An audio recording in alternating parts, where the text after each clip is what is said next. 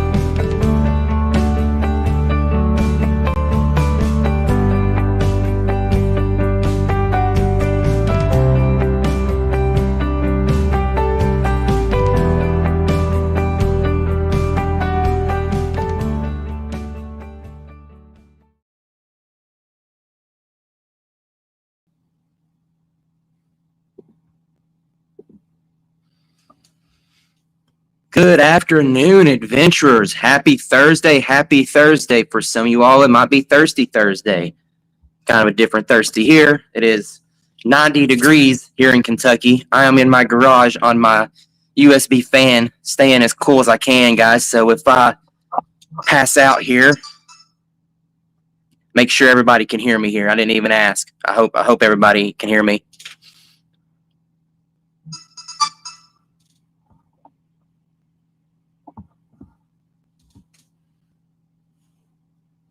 Do a quick mic check, guys. Okay, good to go. Sorry. Yeah, I got to talking, didn't even do a mic check. It's been that type of day. So just want to say sorry to everyone that tried to join in on the premiere earlier. For some reason, YouTube did not upload my video. I went to look and it was still at 6%. Don't know what happened. So there's that. We'll get it uploaded, guys. You'll see it up there later tonight. I'll have it uploaded and I'll put a post out to show everyone that it's up there ready to go. You'll probably see it in the morning to be okay. But guys, it's not about me. This is about you all. We're going to get our guest on here without further ado. He is a YouTube celebrity to most of you all. He has a lot of great content and he's a fellow adventurer. And you know what? He's also a leave no trace nut, if you know what that means. I'm sure he'll explain it.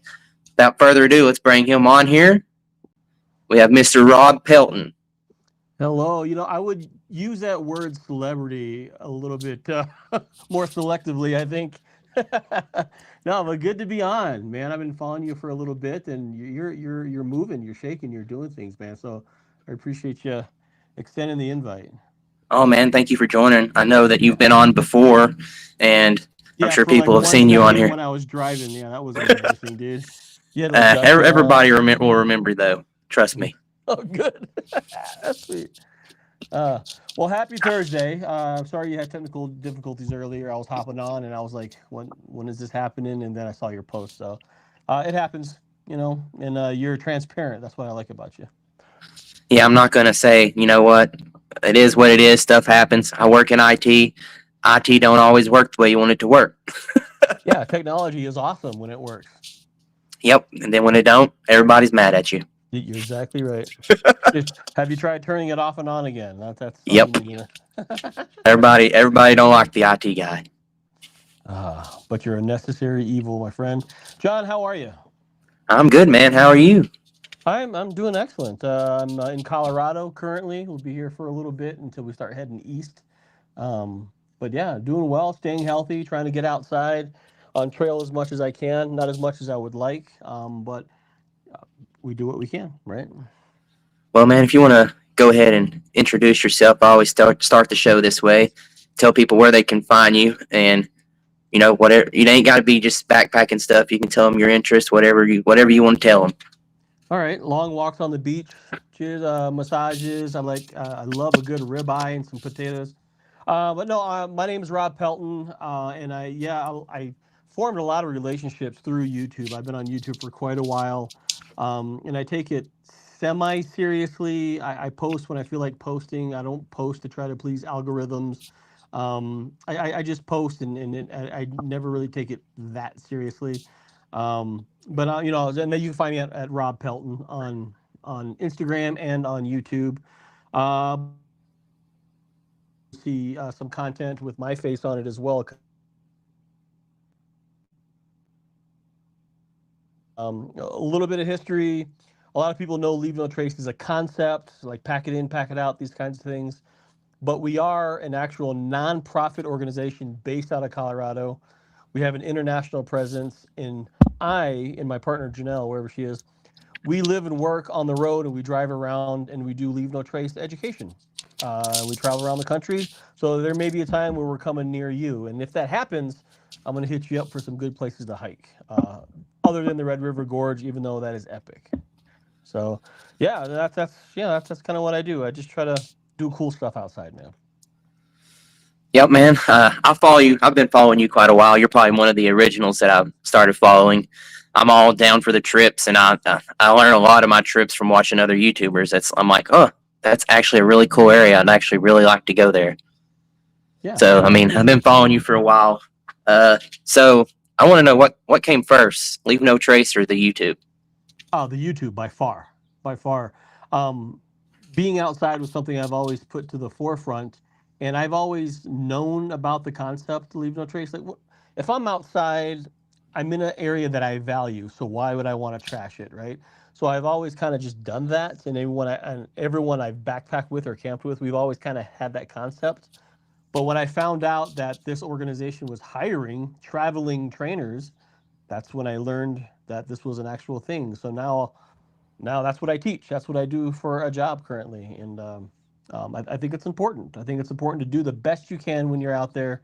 We're not going to be perfect. Just do the best you can. Yeah, I mean, clean up after yourself. That's all you got to do. Leave it the way you found it. And if you found it the wrong way, leave it better. Yeah, exactly. I remember when I was 4 years old, my mom taught me to clean up after myself, and I still have struggles doing it, but I do the best I can. Yeah, that's all we can do. That's right. Yeah.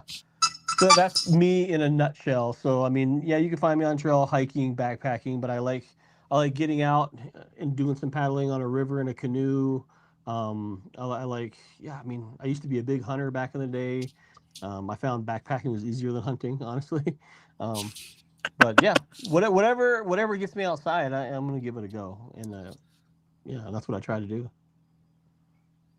Hey, man. So, like I said, I've watched you for quite a while, and I want to know which trip, whether it's on YouTube or not, has been your favorite, and I want to know why it's your favorite. There has been, I've had some epic trips. One of the most memorable ones I've had, not only because of the trail in the area, but the people I was with. So as I started getting bigger into backpacking, I made some connections with some other YouTubers, and you know this. You've been on trips with other YouTubers, and they end up becoming pretty good friends. We planned a trip to the Grand Canyon years ago, and we ended up doing rim to rim to rim, and that was the first time I went backpacking out west, and it is a different beast than what we know, like in the Midwest, in the East Coast. It's a different beast. Everywhere is stunning. You could be the worst photographer in the world and still take epic photos out there. And of course, the people I was with just made that trip even more special. Yeah, it's something that I'll always remember. And I have that video up on YouTube, in case you're wondering. Yeah, I may have watched that. I can't remember. I mean, I've watched so many videos over the last few years. There's so much, and there's some really good content out there. Yeah, rim to rim to rim, right there. I'm like, oof. Yeah, that one right there. I mean, depending on how long you took, and it's still, I mean, just the incline alone, and then the amount of time it takes going up and everything, because just the heat. Well, a lot of people think about the incline, and yes, there's a lot of incline, but a lot of people don't give the decline enough credit. Uh, you want to hike down steep terrain for 6 hours? Your knees and ankles better be Nope. up to snuff because it's torture, man. It is torture, especially when you're heavy like myself. You ain't heavy. I'm a big boy. Trust me. I probably got you by about 30 pounds at Oh least or yeah, more. okay, all right, yeah. I mean, I am certainly not light. Oh, I see Jeremiah on there. What's Yeah. up, We got stranger? another celebrity here. Him Yeah, and Rob know each other pretty well. heck yeah. I've been on trail with I'm gonna say stranger. you've done quite a few trips on him. I bet. I've done a few, and it's whenever I go through Kentucky is when I usually see him. I don't see him outside of Kentucky all that often, um, but if the opportunity arises, yeah, I'll always look Jeremiah up. He's a hoot. When you get him on trail, it's gonna be a fun time. You just know it.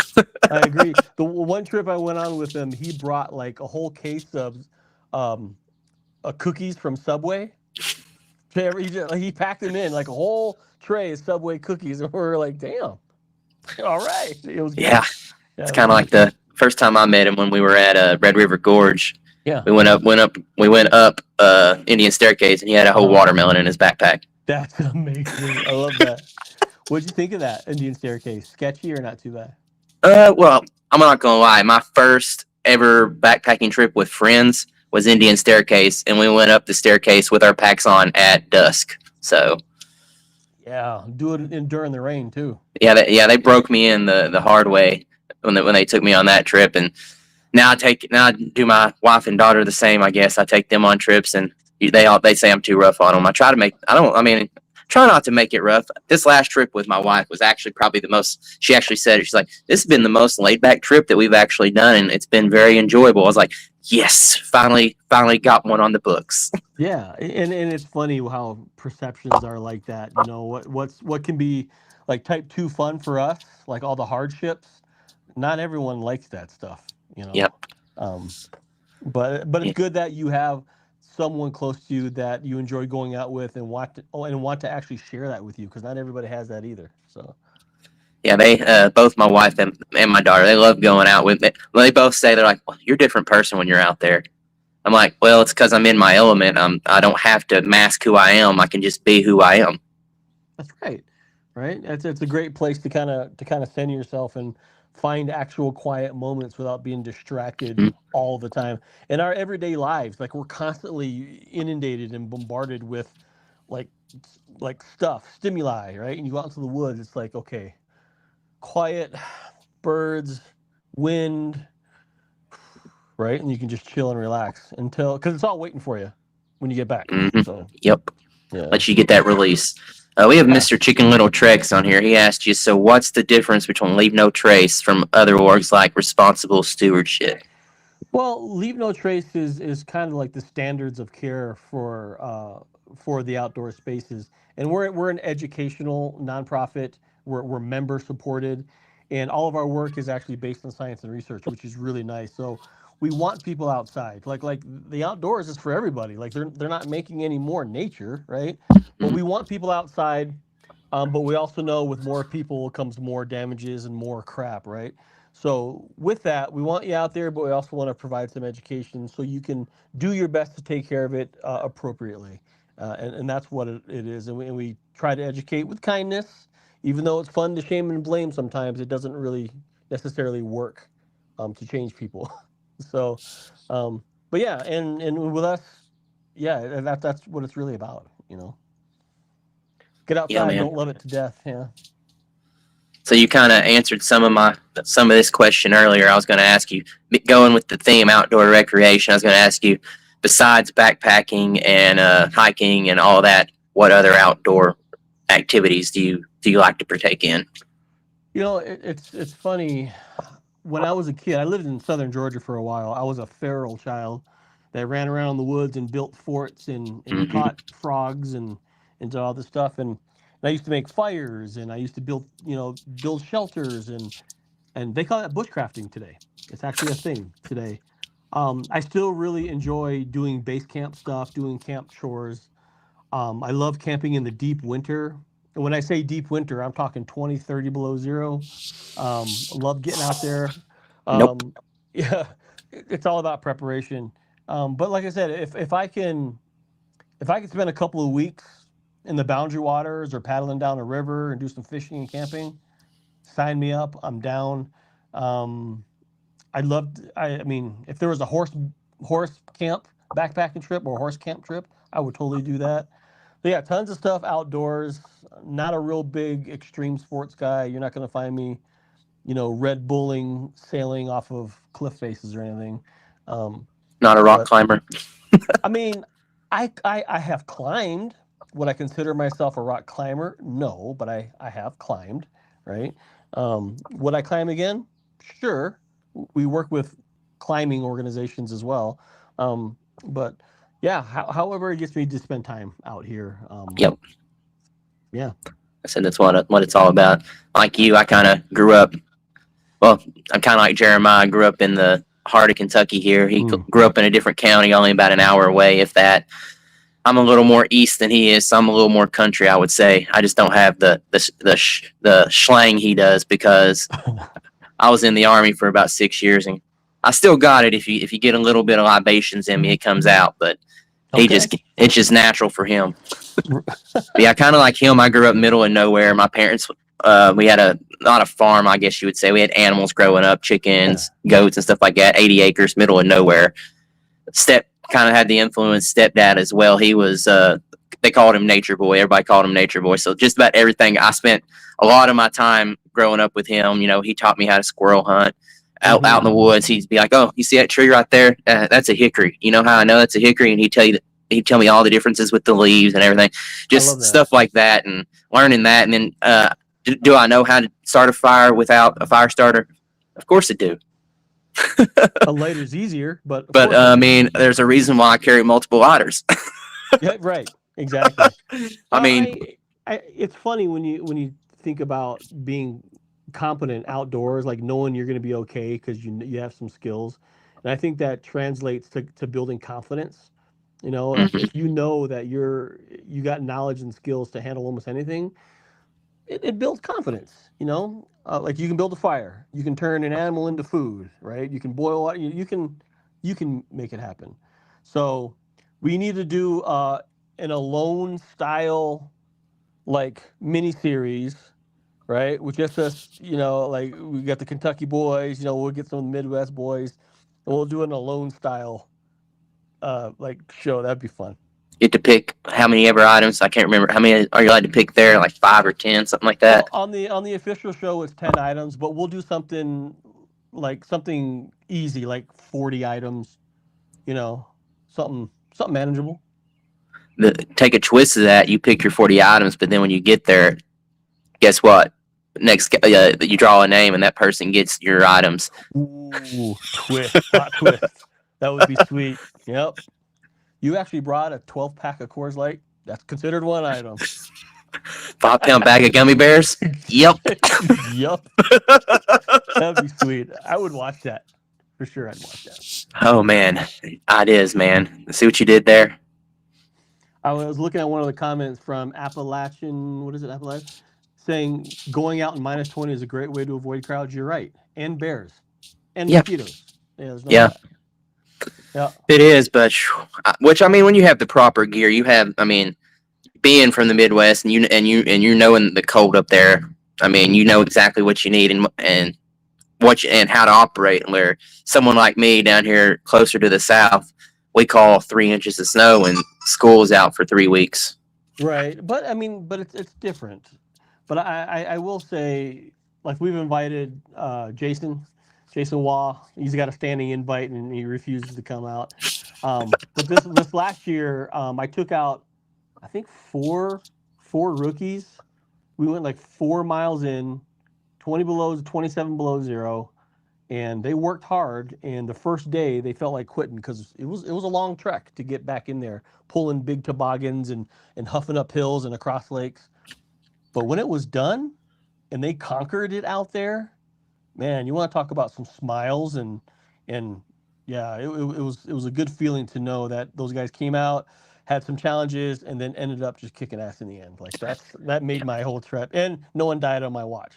So. And then knowing that, you showed them something that, later on in the future, they're probably going to keep doing. Yeah, they had, as we call it, that top 2 fun. I mean, yeah, I hope so.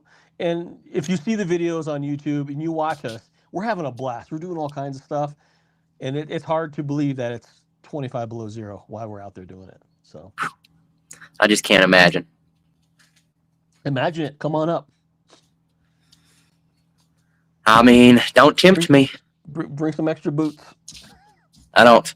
Bad thing is, I don't own any boots right now. Well, I mean, it's 90 Well, degrees I do right have now. hunting boots. I guess you could say that. Oh, well, there you go. That counts.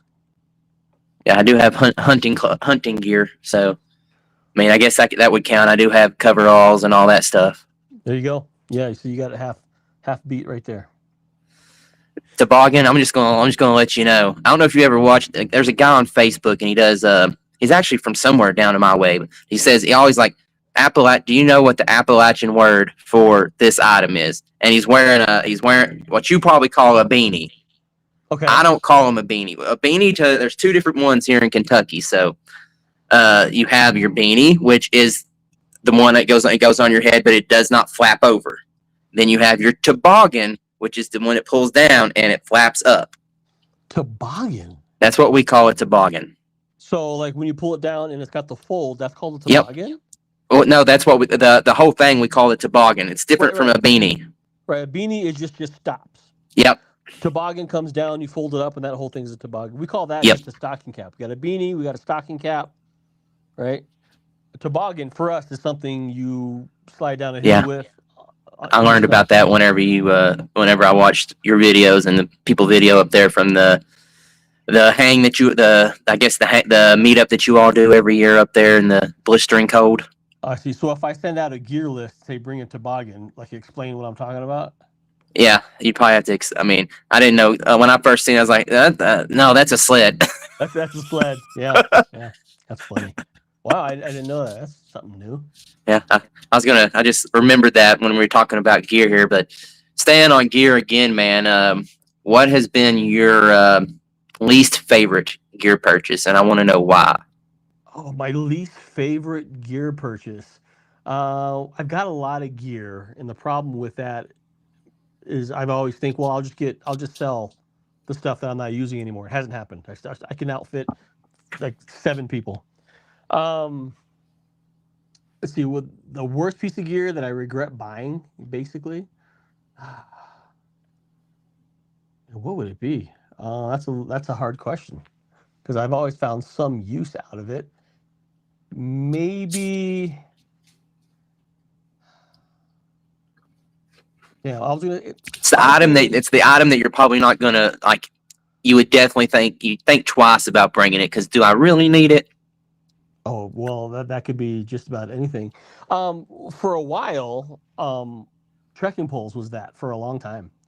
Even still to this day, I have trekking poles and I don't find myself using them very often. A lot of times I pack them and they just sit on my pack and they're in the way. And then when I do decide to use them, they get in the way because I'm trying to film and then they got trekking poles and it's just like whole like discombobulated mess on trail. So I would probably say trekking poles, even though I needed them on this last trip. But for the most part, I don't need them. I don't use them. I don't like them. Well, that's the first one I've heard. I'm not gonna lie from somebody because most people love them. I know, and for good reason. I mean, they do have its advantages. For me, I don't know. I just haven't been used to them. And I've tried Rich here. For over 2 We have Rich here telling me to stop melting my boots. Have you done that? When we went to Dolly Sods this past winter and done a little trip between us all and had some people come and got a little wet in the snow and everything and rain and everything else. And actually what had happened, Mr. Caleb Fisher, Vista Ventures. I know of him, but I don't know him. Well, went hiking with him. What we thought was maybe a 4 or 5 mile hike was 4 up, 4 down. Oh, whoops. And several creek crossings. And as we was coming back, it was getting dark and I slipped and got my feet soaked. So I had to dry them out that night and kind of got them a little too close to the fire. Whoops. Yeah, that's a hard lesson learned, man. You know. Yeah, and Yep. that's the first trip I'd actually taken them out on too. Yeah, brand new. Are they usable or are they done? Oh, they're done. Oh, like you legit melted them. Yeah, I legit like the whole upper part of them was melted all the way like around the upper part of the sole, around the upper part of your where it goes next to your ankle. Man. All right. You didn't try to return them and be like, hey, these aren't supposed to be like this, are they? I got my receipt still, though. Well, they're from Amazon, so Oh, boy. Well, now we know. So just don't get your feet wet. Then it wouldn't be a problem. or just wear trail runners and forgive yourself. I'm going through that dilemma right now. I got a video coming out this Sunday that's going to address that exact thing and what I'm going with going forward. So, yeah, I'm going to talk about it. Yeah, I've been using runners now for years, and I don't even care about getting in the water. You know what? As long as you stop often enough and take them off, if you're doing longer hikes and let them air out, you're fine. Let your feet air out, you're fine. Yep, I agree. 100%. I think they're better for your feet in the long run, myself. They can be. The issues I've been having I've always had some kind of foot issue when I switched over to runners for one reason or another. And then in my brain, I think it's just those trail runners aren't meant for the weight I'm putting on them. You know, fully loaded out, I'm 250 pounds, with my backpack on. And those little trail runners, I mean, after a few miles, them midsoles are packed out. And I think that's where a lot of my issues come from. So if I was one of these string bean, long, fast, swift dudes, maybe, but I'm built for power, not speed, man. So, I know exactly what you mean there. We have Mr. Robbie from I'm Not Lost, I'm Exploring. He says he only uses his poles whenever he snowshoes. And it's funny that you mentioned that. Yes, 100%, because you've probably never snowshoed, but let's say you're snowshoeing on 3 feet of snow. If you fall and you try to push yourself back up, you can't, because when you push down with your hand, it sinks. You try to, it's a nightmare. So, but if you have a pole, it can actually get you up. So it's kind of like a turtle that just can't right itself up. And then your good friends, your true friends, won't help. They'll just laugh and video the whole time. They're all content creators and need it. Yeah, exactly. Let's do it again. Wait, I didn't get that. I missed it. Shut up. Rich knows all about that from this last trip. Yeah. I think Buckley might have got it on camera, so we may be seeing it here in a few weeks. He actually had Buckley kind of worried because how he hit, and you thought he might have hit his head, but he got back up and kept trucking. Right on. So have you spent much time with Buckley? Buckley's one of my good friends. One of my yes, we have done. I want to say 3 or 4 trips now. I'm actually going with him. Hopefully, we're still in the works, but I'm hoping, and him and his lady friend. Yeah. And hopefully, and Mr. Rich, we're going to go. I'm meeting Rich in West Virginia. We're going to drive on up to Pittsburgh and go to a concert up there and then do a trip that weekend. Very cool. Yeah, I love that. I haven't seen Tim in a little while. I'm due to hang out with him again, but he's an extremely interesting guy, smarter than he lets on, but he's got a huge heart. I love Tim. We have a kindred soul. That's all I'm going to say. Yeah, that's amazing. I love that. We have a lot in common, and we can talk for pretty much even you, I can talk to people for hours. That's what I mean. When you have a shared interest and everything else, you can just sit there and talk for hours. That's what I love about this community is you just get together and talk, and you can talk about hours, just about anything. Yeah, you peel back some layers, and that's like some of the best things to do at camp. Sit around a campfire, cook food, and just learn about someone's world. There's some very interesting people out there, and there's some very uninteresting people out there. So, but we all make the world go round. I'm gonna say most of the time, and when you're out there in backpacking, you have 1 or 2 people. You have the square, and then you have the people who, why they're out there. They're a little on the crazy side. Well, they're fun to hang out with. if you ever backpack, if you're ever on a trip with me, I'll let you in on this. If I'm brutal to you, right? If I am talking major shit to you, like something where it's like, oh my God, that means I like you. But if I'm really nice and polite, I probably don't like you that much, But if I throw an insult that should get to your soul, then I love you to death. You definitely fit in with our group. We got a pretty good group, and I got it named when message each other. It's called the Hiking Degenerates, and Love we all just give each other hell. And then Rich is probably the one that gives the most hell. I don't know what it, and he's got probably the most dark sense of humor. And for news people that join the group, it's kind of like, I hope they understand. And then we all just answer, it's okay, it's just Rich. Oh yeah, bring it. I love it. Like when you just rip that out and no one knows you, they're like, whoa, then you know where you stand, right? You know if you're in good company or not, in my opinion. Yep. Then they're actually here to have a good time. They're not someone who is worried about what they have to say or how they act or Life's not that serious. I'm here for a good time, not a long time. When we're out there, it's different. I mean, yeah, you have to be a certain way in society, as they say. But when you're out there, we're all people. We all act how you want. Be an adult, act how you want, treat everybody how you want to treat them. You know what I really love about this community? So we all kind of know each other, through this digital platform, right? And then when you do organize a trip, this is how it sounds to normal people. Okay, you met a stranger that you've never seen before, and you're going to meet him in the middle of nowhere and be out in the middle of the woods for 4 days. That's what you're telling me. Yeah, it's going to be great. All right. Hope your affairs are in order. It's exactly how it was with Rich the first time.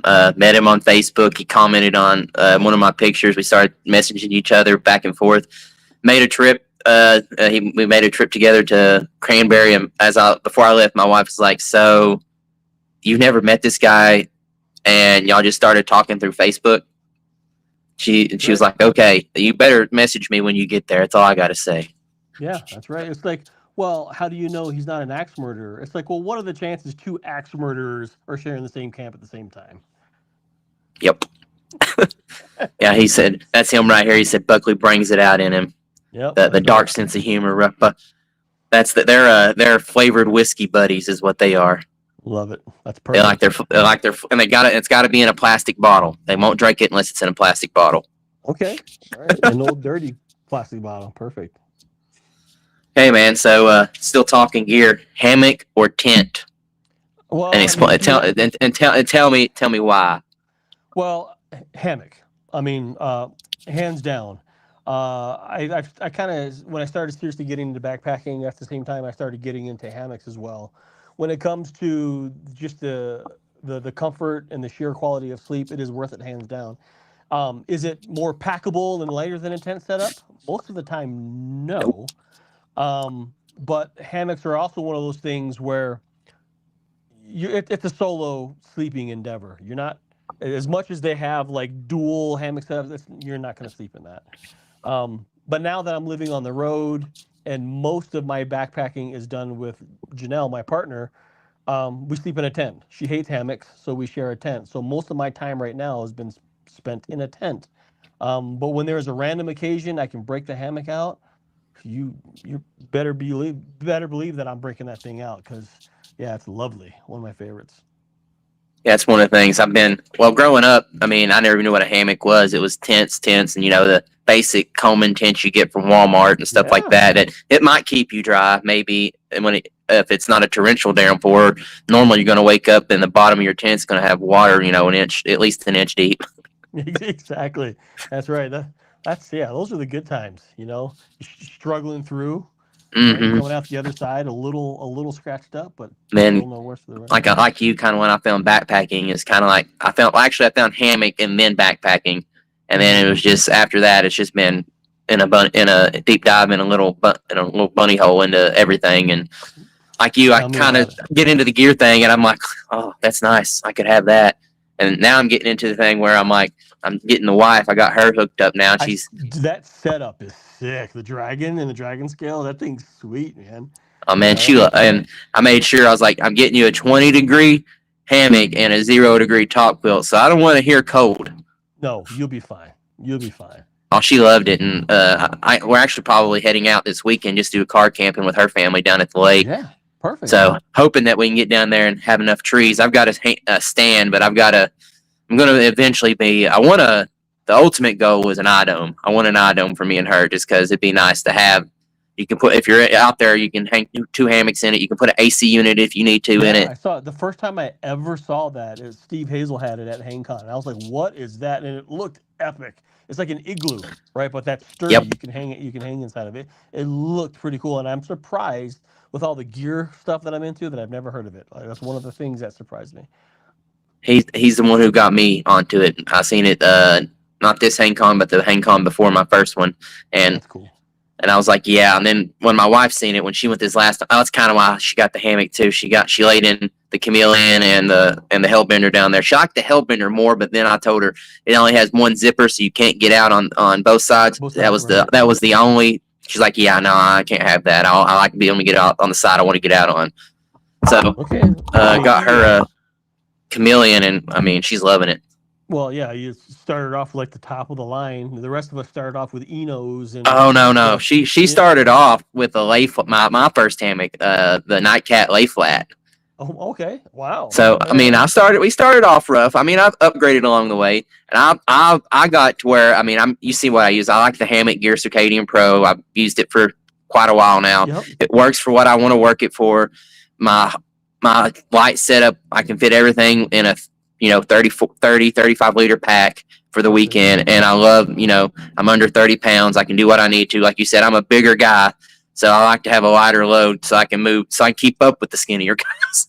Yeah, exactly. I know exactly what you mean. And the last time, so I was I met you in person finally at HangCon in Florida this last year. And when I set up my hammock, that was the first time I set up my hammock in about a year, because I've been traveling, and it was just lovely, absolutely lovely. Best sleep you'd had in a year, right? Seriously, it was like I know I had to get out and I had to talk and I had to be social, but there are times like I just wanted to lay there for like a few hours, and then I look over and Shug is over there playing his mandolin. I'm like, oh, neighbor. Yeah. Great music and a comfy place to sleep or take a nap, whichever one you want to do. Yeah, it was. That's the good thing about HangCon is you can go take a nap whenever you want. I was supposed to go to HangCon Europe. I got invited out to that, but it just didn't work with my schedule. But that would have been amazing. Even the one in California, I would love to go to, but the schedule just doesn't bear it out, unfortunately. Yeah, we got Rich there. He says he remembers the Eno days before he knew about underquilts. Right. So the one thing I will say about Eno is they're like one of the most popular hammocks out there, and most people started out using an Eno, so that was like a perfect opportunity for people to kind of get into it. And then as they start learning more, they realize, oh, an actual sleeping hammock is different from an Eno, but Eno really helped hammocks grow and become an actual serious backpacking option. Like I said, I started on the Nightcat, and I learned pretty quickly that it was heavy, too bulky, and after I laid in a gathered in, I knew that it was over then. So I went budget, and I had hanging high to start with, and that went to after I upgraded and got the hammock gear stuff. Then my wife got the hanging high set up, and then after HangCon, and she laid, like I said, she laid in those. I knew it was done, and I told her, I was like, it's going to happen this year, and I'm going to tell you, you might as well. It's going to be your birthday, your Christmas, and maybe your anniversary. We'll just have to see. Yeah, that's sweet. My first hammock setup as I was getting into it was an REI Flash Air. It was the REI hammock. It was a bridge hammock. First one that I ever bought, because it came with the Rainfly. It came with everything. They sold an underquilt separately, and then I realized that this is something I really wanted to do, but they didn't have any aftermarket accessories for that. So I graduated to the Ridge Runner from War Bonnet, another bridge hammock, and that's probably the most comfortable hammock I have. But it takes a little bit to set up. But I've taken that thing down to 30 below zero sleeping in that thing. Oh wow! And then my first real gathered and sleeping hammock was a Superior Gear, and now I got two of those. But the fidget factor, I never have to worry about that with the Ridge Runner or the Superior. So I'm spoiled. I keep waiting for Dutch to drop an ultralight version of the Chameleon, so then I can be like, I might need that. Yes, no. Happy Father's Day, birthday, and Christmas to me. Heck yeah. Yeah, and that's the other thing, Dutch as well. I mean, he really kind of brought a lot of the things that he came out with, made it more And it made it easier for people to get out and adjust Hmm. their things Made without hammock camping a lot more just accessible, bling. And and yeah, and he just kind of keeps innovating and bringing all these products out to the market, and it's making people want to get out there more. And yes, so yeah, he's been, I think he's been one of the cornerstones and getting, hammocks into the mainstream ish. So yes. yeah, kudos to Dutch for sure. Thank you, everybody. Okay, man. So continuing on here, gear item. What is the I know you've probably gotten to do quite a few reviews for gear items. So I want to know, what is the most unique piece of gear that you've gotten to review, and why do you think it's the most unique? I've gotten a lot of gear items, and I still get emails for just the wildest stuff. It's like, hey, we have this bread maker that'd be perfect for the audience. We love your content. It's like, what? Um, so I had a little. So I accepted this collaboration with this company that has these radios, and the radios use a cell signal, and they also use a walkie-talkie signal. And I thought it was a great idea because a lot of times when I'm in a group, we rarely hike together. And yeah, I have a Garmin InReach, but sometimes that takes a little bit longer. So I wanted to faster, more readily available comms. So I got these and I did the unboxing, but in my testing, man, they didn't work. Like they didn't work for shit. Sorry for my English. And I put that in my video. Like I'm like, oh, for all my testing in my scientific guide. No, I mean I'm doing what I think how they needed to be done, and they just didn't work very well. Put out the video. You want to talk about a company not happy with me? Um, but I'm not gonna lie to people. Like it didn't work. I'm sorry. Hmm. And now when I get home, I got to send them back, which is December. I'm like, I'll send them back in December. Um, but good in concept, not as good in execution for my use case, anyways. So I would say that's probably one of them. It was unique, but then I gave an honest review. Um, but I just got some Rocky Talkies in, and I'll be testing those out soon. And those are more of a backcountry actual effort because a lot of like SAR uses search and rescue uses that. So I'll be testing those Rocky out soon. Talkie. That'd be kind of. I'm actually kind of intrigued by that. Yeah, yeah. So I'll go and do a deep dive on them and how I use them. I don't necessarily use things how people use them in other ways. I need them to work how I need them to work, and if they don't, well then I it mean, is you what can't it really is. recommend something if it don't work the Nope. way you need it to Right. work for what you need it for.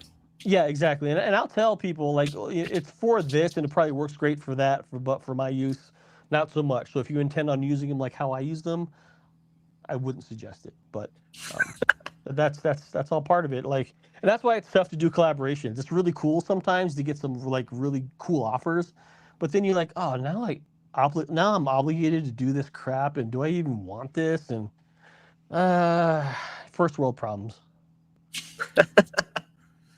Yeah, totally not there yet. Keep on keeping on. It's coming. You're doing a lot of work. You've been coming on a lot. Like I see you all over. And you started a podcast and you've had some really good episodes. So keep going. And I think you're in it for the right reasons as well. I know a lot of people are chasing views and chasing No, subscribers and all that kind of stuff, but for me, that's not what it's about. I want to be Um, genuine. I want people to know why I get out there. It's not I don't get out there for the views. I don't get out there for this and that. I get out there to, like you said, it brings me back to center. I want to show people that, you know what, the outdoors is more than just, the outdoors. You can make something of it. yeah, that's exactly right. And if you keep sincere, people can sense that. You know what I mean? And if you're a genuinely good person and putting out honest stuff, the side effect is you will grow. Um, as soon as you become, a TV infomercial channel, I mean, you may still grow, but not in the way I would value personally. But Yeah, I just want to stick to my roots and that's all we what I got. did. I mean, I just wanted to make trip videos and be able to go back and watch them and be like, oh, I remember that area. Or it could be, Right. I remember that area. I don't want to go back Yeah. there. When I'm 85 and I go, back in my youngin' days, I did the Grand Canyon. You're like, oh, you're a liar. I got a video right here. Look, and boom, right there. I can look back and go, man, I used to be in shape. I used to be kind of good looking. and now I look like a raisin, right? So it's a diary and like an archive of the cool things you've done. Uh, yeah, and I even try to show some of the hardships, like when things suck. It's okay to show that Yeah. because that's real stuff. So And it ain't all, like I said, rainbow. I can tell people rainbows and unicorns on trail. I mean, it's hard life. That's what, I mean, you got to think this is what people did hundreds of years ago. I mean, it's not, yeah, you actually have to you have to, and we're not having to catch and cook our own food, but I mean, you have to walk, you have to be able to walk up and down the hills. You have to be able to carry, at least 30 pounds at least close to 20 to 30 pounds of gear. right. And you have to be able to, know the know-how, I guess you could say. I think it's funny. Like if you look on my Facebook page, it looks like I have like the best life ever because I only post the really cool stuff, But the day-to-day grind, no, it has its crappy moments just like everyone else. And you probably got a lot of meetings and everything you have to do during the day when you're not out on hikes and stuff. Yeah, there is a lot of work component. Even though I live and work outside for the most part, yeah, there's still work that needs to be done. Okay, man, we're gonna go back to adventuring for the last little bit here, and then we'll get to the would you rather's. But I want to know if you could choose one location, dream trip, what would it be and why? Right now, one of my I got a few of them, and I've said this on a couple of other podcasts. I want to go over to Scotland. I want to hike the West Highland Way. It's only 100 miles, but it goes through a town every day, so you can stop and like have a pint. And it's a right to roam country, so you can camp pretty much anywhere within reason. And then when you get to the end, you end basically at the UK's highest point, which is Ben Nevis. And then you can take that last day and hike to the top of the tallest place in the UK, and then take a train back to the airport. And even in the middle, you can book like a bed and breakfast and just like do laundry and sleep in a bed if you want to halfway through. But yeah, I want to very similar to the Camino. Scottish Highlands. What's that? It's very similar to the Camino. Yeah, the Kinda, I guess you'd say. yeah, kinda, but I'm still going to be camping for the most part. Whereas the Camino, you're stopping at hostels and things. Okay. Every night. Whereas the West Highland Way, I mean, you're camping. You got more places you can camp in. Okay. Oh yeah. But I would just stop into town just to grab lunch. Funny you said that because my doctor, which I just started going and seeing when I had my first appointment with him, and he works with my wife as well, and he told me about that trail, the West Highland, and I think he done it with another one of his buddies when they graduated. And he's like, if that's one thing you'd like to, it's a dream trip that you could think that you would want to do it. He's like, because it's just, you could stop in town, have you a beer, walk through, it's just one of them enjoyable trips. Yeah, agreed. So that's been on my list for a while. And there's more, like I want to go back to Nepal, I want to hike in South America. I want to see the whole world with my own eyeballs and just see as much of this world as I can. That's why I wish I could retire at 35 so I could do that. Yeah, wouldn't that be everyone's dream? Just make enough money now and then just. I could have only invested back in the day in like Apple or something. Right. Yeah. if only. If only. Or even better, Amazon, because that right there that blew up like nothing. Yeah. Selling books out of his garage and boom, here we are. Yeah. Okay, man. Last little discussion here, and we'll do the would you rather's. All the trips that you've been on, what location would you not want to go back to, and why? What trip would I not want to go back to? Let's see. Man, I've been to a lot of just amazing places. There's a lot of amazing places in this world. I could skip. I did a section of the Florida Trail a couple years ago. I'm good. I don't need to go back. I saw an alligator. Saw a naked man hiking in the middle of the woods. I don't need to go back there. It wasn't a naked man on meth, was it? Who knows? He had walked up and talked to us like it was just another day. I can only imagine.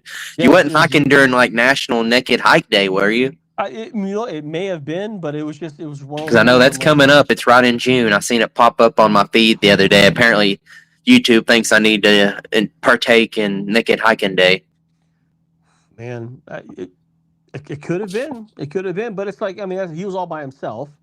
He was a ginger too. He should have put on more sunscreen. You sure this wasn't Jeremiah? Right? Just come running through the woods. Yeah, it was just a trip. It was like, oh, like you hear about a Florida man? That may have been the Florida man.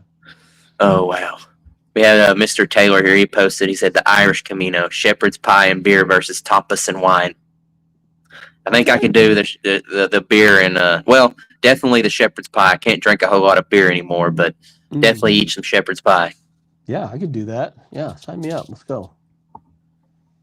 Okay, man. Go ahead and let me bring up these would you rather questions. Forgot to write them down, so bring them up on my phone here. I hope everybody had a little fun answering which ones that they liked. I try to pick good ones each week, and I may end up start putting out a post each week, so you all can post the would you rather questions, and I'll pick the most 5 unique that I see, and then I'll post those up, and you can vote on them. Yeah, those are fun. Those are fun questions. I'm kind of running out on ideas here, and you all out there, you all are what makes this show special, not me. So I want your all's input, and that's what makes the show great, I think. So agreed. Well said. Okay, man. So first question we'll go with here will be: would you rather communicate telepathically?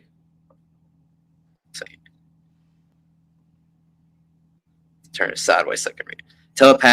Telepathically with every woodland creature you pass, or have to sing a show tune loudly every time you see a beautiful viewpoint. I like singing, not necessarily show tunes, but then I don't want to interrupt that beautiful viewpoint. And it would be curious to see what animals are thinking when I pass them. I would probably say reading animals' minds. I'd be very curious, to see, yeah, to see what they thought of me walking by with my non-trekking pole set up. Oh, yeah, I think that would be cool. That'd probably be my choice as well. This last trip that we did just to Otter Creek, me, Rich, and we actually had Appalachian Andy with us this time. He got joined in. First time I got to do a trip with him. Dude's a speed demon. He's definitely much faster than I am. I'm faster than Tim and Rich, but that boy right there, he's on a different. He's kind of like Caleb level speed. Yeah, I got a couple of guys like that I hike with, and they go, and it's not always about the destination for me. It's about the journey. But if that's what they find enjoyment in, blaze away. I'm not the slowest. I'm not the fastest, but I like to walk as fast as I can to get to the places where I want to stop, so I can spend as much time as possible in that spot. That's right. Hike your own hike. Okay, man. But anyways, I was getting out there at the Otter Creek. We had first time I ever seen these flying squirrels at camp. Really? Yeah. Yeah, and they were in the dead tree that Tim had his hammock hanging from. He was hanging from a dead tree? Timothy. He should know better. Well, him and Rich put their hand and like shook it and everything, like, I'll be good. And then all of a sudden you see this little squirrel come out, run up, and then I'm like, well, I was like, you just pissed that squirrel off. And at the time we didn't realize it was I just thought they were small squirrels, and I kept looking and I was like, oh no, that's definitely got to be a flying squirrel with as small as it is and the way it looks when it runs and stuff. Yeah, we kept joking the entire night that one of them was going to wake up with a squirrel right there on their chest. Yeah, probably. Flying squirrels are cool. Yeah, leave it to Tim to find that. Okay, man. Next question here. We will go with: would you rather forget your waterproof rain jacket in a downpour, or forget to pack deodorant and wet wipes for a multi-day trek? Probably I don't bring deodorant, and I could probably do without the wet wipes. I mean, If it's really bad, you can use an extra sock, right? Just like I don't know if you've done that. Yep. Yeah, I kind of almost do that now, so I think that would be the lesser of the two evils for me. I think I have to agree there. I don't wear deodorant right now. I'm not out there. Even though Tim would disagree, he thinks I smell like I'm coming fresh out of a parlor or something. He's like, I don't know what you do, but you always smell so good. I'm like, it ain't gonna happen very long. I took a shower before I came, but within the hour, I'll probably be stinking, smelling like onions. Pheromones, no big deal. Yeah. Oh, there you go. That explains it now. He says it every time. He just See, Tim. There it is. I knew it. I knew you thought I was a sexy beast. Uh, For you all out there, you all need to tell Tim that too. Reminder. Yep, remind him who the sexy beast is. Okay, man. So our last question here.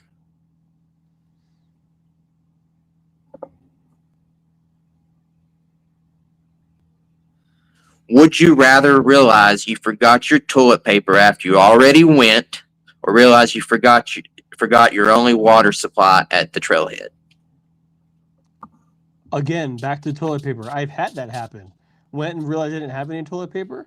Yeah, you got to hang out, let it dry a bit, and then get somewhere to where you can take care of it.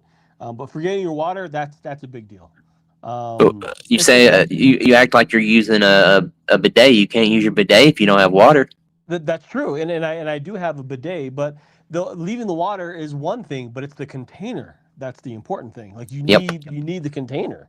Yep. You know? Yeah. Lesser of two evils. I mean, like I've told, I pooped and I didn't have anything. But luckily, I usually find somewhere with some moss, and usually that I've found that moss works pretty well. Yeah, flying squirrels work amazingly well. That's funny you say that. My brother, growing up, he had a really hairy backside, and that's what we always joked was. He said, "Looks like he had a squirrel coming out of the back of his pants." I will say I've used the backcountry bidet a few times, and I don't have it down just yet, but I know when I'm out there, I mean, there are times where, I don't have the cleanest poop. It's like I'm trying to wipe a marker. It just keeps, you know what I mean? It's like, or like an ice cream cone or something. It's all the dehydrated food, man. It just kind of makes it stick back there. It just makes it sticky. Yeah, it's like I need, like, do they make a fire hose adapter for the PSI? Because sometimes that's what's needed. Rich is joking there. He says it's like I step out of an Axe commercial every time.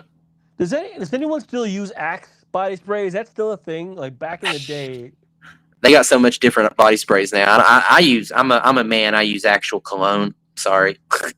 Nice. I just put a little bacon grease. Just a little. Yeah. Yeah, call it good. Yeah, that's exactly what you put on before you go to the woods. That's right. Yeah. It scares the bears off.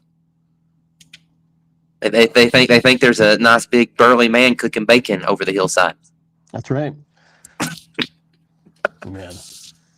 Oh man, I want to thank you for getting on here tonight, man, and joining me and partaking in this for lack of better terms, shit show. I ain't gonna say it's that. It ain't that, but just be funny. It's getting more and more fun each week. I like getting people in here, especially people with personality like you. It's very fun getting people that aren't afraid to, speak their mind and say what they want to say.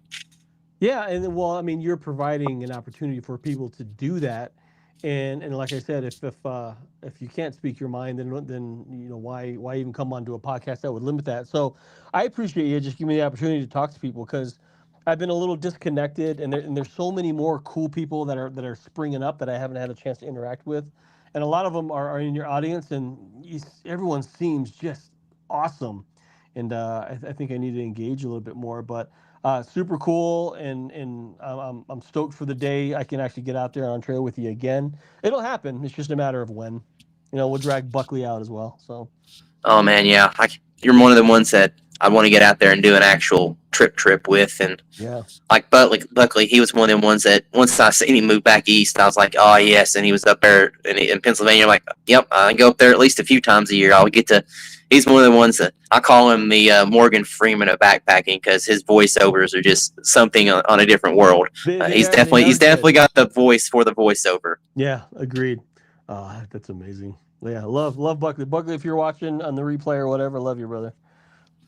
Yeah, man. Thank you, and thank everybody out there in YouTube land for sitting through the episode and listening to us chit chat back and forth about the outdoors and everything that we love about it, and the gear that we like to bring along, just everything. It ain't got to be about the outdoors, just things that we love, our hobbies, just getting to know each other, and that's what I want this to be. Yeah, we're centered around the backpacking world and hammock camping and stuff like that, but there's more to us than that, and that's what I like to get to know.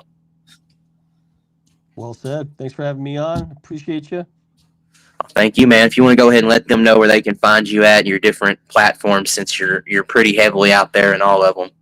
Well, you can find me on my YouTube channel. It's Rob Pelton, just like it's spelled right there. The same thing on Instagram, rob.pelton. You can find me on those. I don't really do TikTok or anything. I probably should. And then if you want to learn more about Leave No Trace, just hop on to lnt.org. You can do a whole thing. But if you don't want to concern yourself with that, just get outside and just try your best to take care of the spots. Because we should take care of them. They're for us. Thank you, man, once again. And as we like to end the show here, and I'm sure you're going to start making fun of me for saying it, but you adventurers, y'all just keep on adventuring.